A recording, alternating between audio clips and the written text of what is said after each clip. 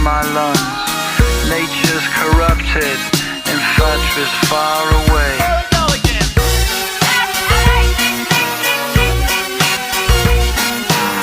Your love's like rhinestones. सुबह की राम राम सभी को। और मौज चल रही है। तो देखो आज का अपना टॉपिक है टिश्यू। क्या होता है टिश्यू? सबसे पहले बात करते हैं कि सेल्स मिलके बनाती हैं टिश्यू, टिश्यू मिलके बनाते हैं ऑर्गन, और ऑर्गन मिलके बनाते हैं सिस्टम।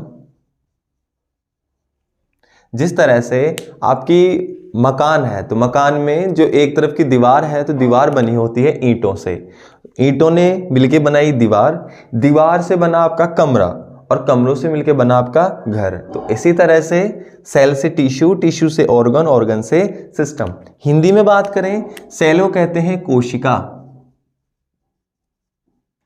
टिश्यू कहते हैं ऊतक, ये होते हैं अंग, और अंग से मिलके बने होते हैं तंत्र। देखो आपको हिंदी वर्डिंग कम ध्यान में रखनी है, सभी की सभी वर्डिंग को आपको इंग्लिश में ही ध्यान रखना है जो मेन है। बाकी आप कंबाइंड बाइलिंगुअल हिंदी और इंग्लिश दोनों में लिख सकते हो। तो सेल से टिश्यू, टिश्यू से ऑर्गन, ऑर्गन से सिस्टम। अब बात करते हैं सेल क्या होती है। सेल किसी भी बॉडी की, किसी भी सजीव की संरचनात्मक इकाई है, साथ में क्रियात्मक इकाई है। यानी बॉडी में जो भी स्ट्रक्चर बन रही है आपकी वो किसकी वजह से बन रही है? सेल की वजह से। दीवार में ईंटें ही नहीं होंगी तो दीवार कैसे बनेगी? ठीक है। जो भी फंक्शन हो रहा है किसकी वजह से हो रहा है? सेल्स की वजह से। सेल्स ही जिम्मेदार है कोई भी फंक्शन करने के लिए। तो बात करते हैं कि ऐसी सेल्स जो स्ट्रक्चर में भी सेम हो और साथ में फंक्शन में भी सेम हो। तो स्ट्रक्चर और फंक्शन में सेल जो सेम होती हैं कोशिकाएं, उनका जो ग्रुप है वो ग्रुप कहलाता है आपका टिश्यू। तो डेफिनेशन क्या हुई? स्ट्रक्चर और फंक्शन में सेम सेल्स का जो ग्रुप है वो टिश्यू कहलाता है। अभी टिश्यू कितने प्रकार के होते हैं? 4 प्रकार के हैं मेनली। तो इसमें सबसे पहला वाला आता है अपने पास में एपिथेलियम टिश्यू। फर्स्ट नंबर पे है एपिथेलियम। देखो एपी यानी ऊपर, है ना, और थीला या थिका के नाम से अपनी होती है बॉडी का मुख्य भाग, जो बॉडी का मेन पोर्शन है उसको थैला कहते हैं। ठीक है। तो एपिथेलियम यानी शरीर के सबसे ऊपर पाए जाने वाला। ठीक है। अब बात करते हैं कि इसकी डेफिनेशन क्या होगी। डेफिनेशन में समझना है कि बॉडी के सबसे आउटर स्पेस में पाए जाने वाला टिश्यू कहलाता है एपिथेलियम टिश्यू। बॉडी के सबसे बाह्यतम लेयर में पाए जाने वाला टिश्यू एपिथेलियम टिश्यू होता है। ये कैसे होता है? जैसे मान लो स्किन है, ये अपने आप में एपिथेलियम टिश्यू है। ठीक है। अब ये बाहर किसके संपर्क में है? एक्सटर्नल एनवायरनमेंट के, बाहरी वातावरण के संपर्क में है। और अंदर से किसके संपर्क में है? आपके अंदर ब्लड वेसल्स जा रही हैं, बॉडी फ्लूइड्स जा रहे हैं, तो बॉडी के फ्लूइड के संपर्क में है। बॉडी फ्लूइड का मतलब है शरीर में बहने वाला कोई किसी भी प्रकार का फ्लूइड। जैसे यहाँ पे ब्लड बह रहा है, बात करें यूरिथ्रा के अंदर, वहां पे यूरिन बह रहा है, तो यूरिन के जो अंदर की दीवार है, यूरिथ्रा के अंदर की दीवार है जिसके एक साइड संपर्क में यूरिन बह रहा है, दूसरी साइड है एक्सटर्नल एनवायरनमेंट। तो समझना ये है अपने को कि एपिथेलियम का मतलब है ऐसा टिश्यू जिसके एक तरफ तो एक्सटर्नल एनवायरनमेंट हो, कौन सी तरफ? बाहरी तरफ, और अंदर की तरफ हो आपके बॉडी फ्लूइड्स। तो एपिथेलियम की डेफिनेशन अपन ने क्या लिखी कि एक तो इसका आउटर भाग है, एक है इसका इनर भाग। तो आउटर भाग के अंदर रहता है अपने पास में एक्सटर्नल एनवायरनमेंट, वहीं इनर भाग की बात करें तो वो रहेंगे आपके पास बॉडी फ्लूइड्स।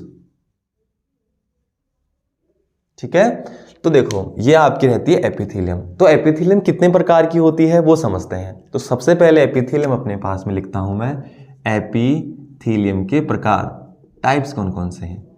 तो एपिथेलियम अपने पास में है 2 प्रकार की, एक है बच्चों सिंपल और दूसरा अपने पास में है कंपाउंड। बात करें सिंपल की तो सिंपल में समझना है कि अगर कोशिकाओं की एक सिंगल लेयर हो तो वो कहलाती है सिंपल, और कोशिकाओं की मल्टीपल लेयर हो इस तरह से, जैसे एक लेयर ये रही, एक लेयर ये रही, एक लेयर ये रही। तो अगर सिंगल लेयर हो तो इसमें मैं लिख दे रहा हूं सिंगल लेयर, तो क्या कहलाती है सिंपल, और मल्टीपल लेयर हो तो कहलाती है कंपाउंड। मल्टीपल लेयर के अगर एग्जांपल्स की बात करें तो सबसे पहले आता है आपके पास में स्किन। ठीक है, तो इसके एग्जांपल्स क्या क्या हैं, तो ध्यान रखना जो भी स्किन सरफेस है वो है इसके एग्जांपल्स। बात करते हैं सिंपल कितने प्रकार की होती है, तो सिंपल के 3 प्रकार हैं। कौन कौन से, समझना ध्यान से। पहला है स्क्योमस, दूसरा है क्यूबॉइड और तीसरा है कोल्यूमनार। अब बात करते हैं स्क्योमस, क्यूबॉइड और कोल्यूमनार। अब स्क्योमस के बारे में समझते हैं डिटेल से। समझना कि देखो ये अपने पास में कोई कोशिका है जो एकदम फ्लैट है, फ्लैट यानी चपटी, एकदम पिचकी हुई है इस तरह से, जैसे हाथ एक तरह से पिचका हुआ है ना, ऐसे फ्लैट है। और इसकी जो बाउंड्रीज हैं, किनारे हैं, तो बाउंड्रीज हैं इर्रेगुलर, अनियमित, यानी अपने पास में कोई फिक्स बाउंड्री नहीं है इसकी। तो एक कोशिका ये रह गई, इसके साथ में मैंने क्या बताया था, सेल क्या होती है, कोशिकाओं का एक ग्रुप होता है। ठीक है, तो अपन ने सेल्स को आपस में जोड़ रहे हैं। देखो एक कोशिका ये रही, एक कोशिका ये रही, एक कोशिका ये रही। क्योंकि इसकी बाउंड्रीज इरेगुलर हैं तो इन कोशिकाओं के बीच में यहां पे रह जाता है स्पेस, जगह रह जाती है। इस जगह के बीच में आपके पास में जो गैस हैं उनका आदान प्रदान हो सकता है। ये इतने सूक्ष्म है कि इनके आर पार फ्लूइड तो नहीं जा सकता, द्रव्य पदार्थ नहीं जा सकता, लेकिन गैस जा सकती है। गैसों का अपनी अधिक सांद्रता से कम सांद्रता की तरफ जाना कहलाता है डिफ्यूजन। तो यहां पे प्रक्रिया हो सकती है डिफ्यूजन की। डिफ्यूजन का मतलब होता है जो भी गैस है वो अपनी अधिक सांद्रता से जा रही है कम सांद्रता की तरफ। तो यहाँ पे ये छेद इतने छोटे होते हैं, होल्स का आकार इतना ज्यादा कम है कि यहाँ पे केवल हो सकता है गैसों का आदान प्रदान। ठीक है, अब अपनी बॉडी के अंदर गैसों का आदान प्रदान कहाँ पे होता है, समझो। अपन ले रहे हैं सांस, ऑक्सीजन जा रही है अंदर, ऑक्सीजन जैसे ही जाएगी तो अपने यहाँ पे सीधा ट्रेकिया से होते हुए ब्रोंकाई, फिर लास्ट में जाके ये पहुंचते हैं एल्वियोलाई तक। एल्वियोलाई कूपिकाएं होती हैं, हिंदी में बोलते हैं इनको, और इसे बलून लाइक स्ट्रक्चर होती है। तो ये बलून्स हैं और नीचे ब्लड वेसल्स फैली हुई हैं। ठीक है, खून की नलियां हैं और ऊपर गुब्बारे हैं जिनमें हवा भरी हुई है। तो वहां से ऑक्सीजन सीधा सा डिफ्यूज होके कहाँ जाएगी, ब्लड के अंदर। तो ये प्रक्रिया यहाँ पे हो रही है। तो इसके एग्जाम्पल याद रखना है स्क्योमस के, तो इसका एग्जाम्पल है एल्वियोलाई। ध्यान रखना क्या बोला मैंने, एल्वियोलाई। तो सेल्स कैसी होती हैं इसकी, फ्लैट होती है, इसकी बाउंड्रीज इरेगुलर हैं, अनियमित है, और साथ में इसका काम है डिफ्यूजन करने का। इतना समझ में आया। दूसरा है क्यूबॉइड। क्यूबॉइड का मतलब होता है क्यूब शेप की। क्यूब क्या होती है, देखो अपन ने एक ऐसा कमरा बनाया जिसकी लंबाई, चौड़ाई और ऊंचाई तीनों सेम हो। जैसे लंबाई 10 मीटर की होती है, चौड़ाई भी 10 मीटर की और ऊंचाई भी 10 मीटर की। जैसे आपने रूबिक्स क्यूब देखा है, इस तरह सोलो करते रहते हैं ना, हर साइड से एक एक कलर होता है, तो वो भी लंबाई चौड़ाई ऊंचाई में सेम है। तो इस तरह के बोल रहे हैं क्यूब। देखो पहली वाली ये थी स्क्योमस, जो कैसी है, चपटी, पिचकी हुई है, यानी उसकी कोई लंबाई चौड़ाई ऊंचाई है ही नहीं, उसका तो बस एक आकार है। लेकिन इसमें एक आकार रहेगा, किस तरह से, तो देखो इस तरह से,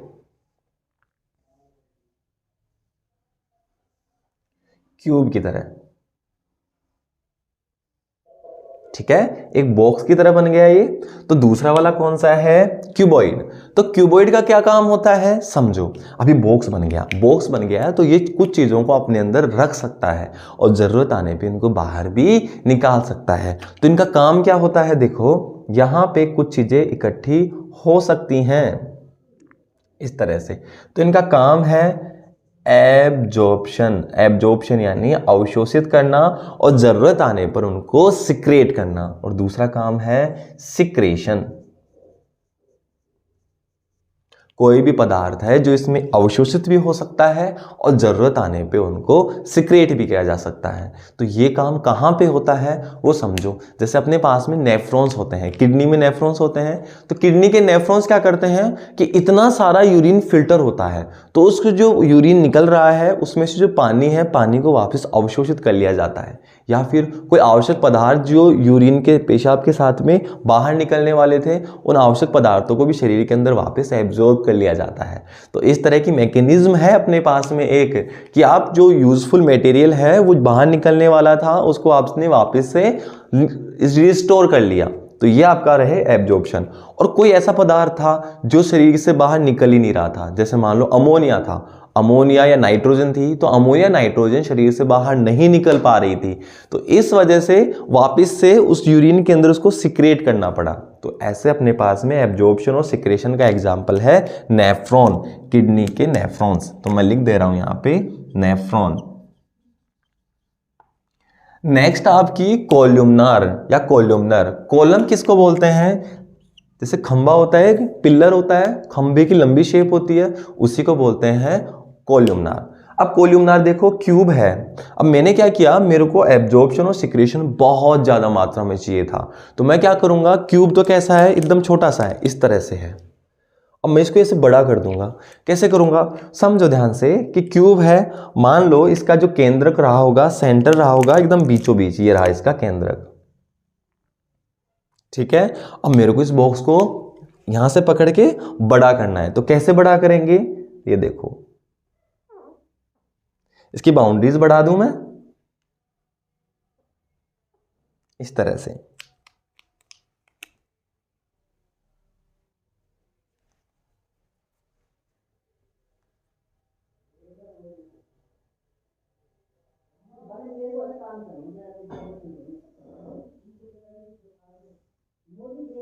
अब एक किस शेप में आ गया, खंबे की शेप में आ गया। कुछ नहीं किया, बॉक्स था, बॉक्स को पकड़ के थोड़ा सा ऊपर कर दिया, तो क्या बन गया, ये कॉलम बन गया। अब कॉलम में ध्यान से समझो कि जो आपका सेंटर है, केंद्रक है, जो केंद्रक कहाँ रह गया, एकदम बेस के अंदर, आधार के अंदर रह गया, ठीक है। तो ये बन गया आपके पास में कोल्यूमनार। अब होता क्या है कि इसका काम है एब्जॉर्प्शन और सिक्रेशन, लेकिन पहले वाले के मुकाबले बहुत ज्यादा का एब्जॉर्ब करना।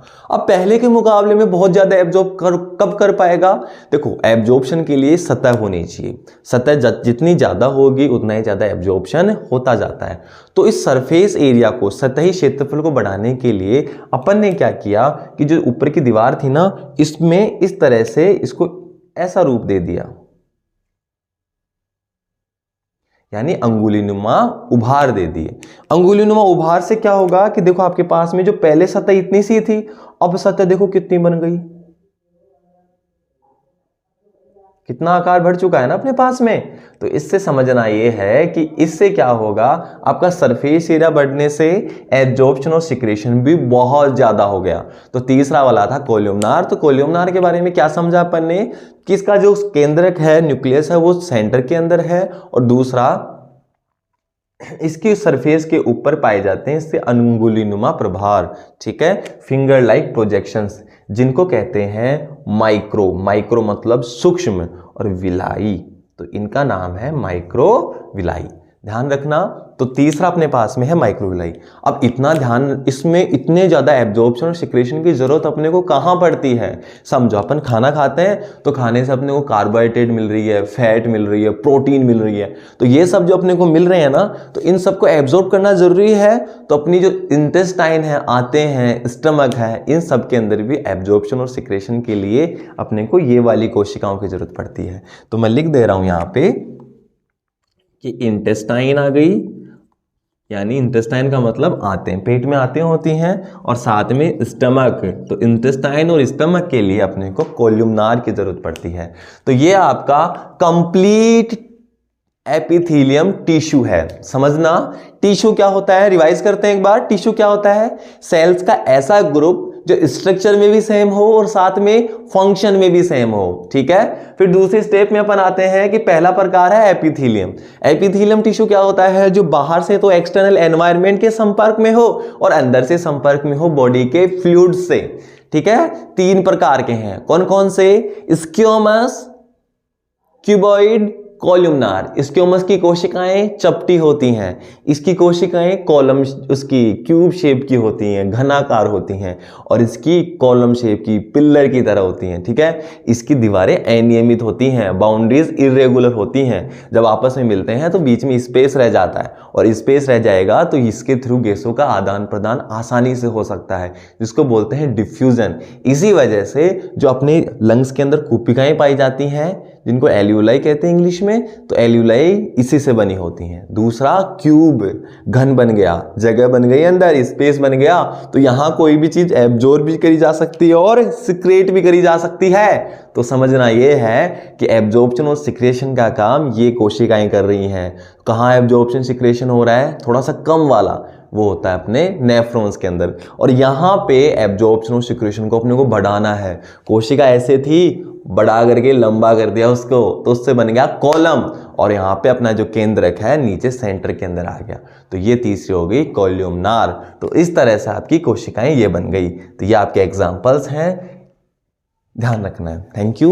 एपिथेलियम यही कंप्लीट होता है। नेक्स्ट आपका इसके साथ में कनेक्टिव टिश्यू। ठीक है, तो पहला ध्यान रखना है एपिथेलियम टिश्यू। टिश्यू का पहला प्रकार एपिथेलियम टिश्यू, शॉर्ट में 5 नंबर में आ सकता है। वैसे जनरली चांसेस हैं कि आपका टिश्यू है कंप्लीट टिश्यू, कितने में पहुंचे? 20 नंबर में। ठीक है, तो यही कंप्लीट होता है ये। इसका एक स्क्रीनशॉट ले लो।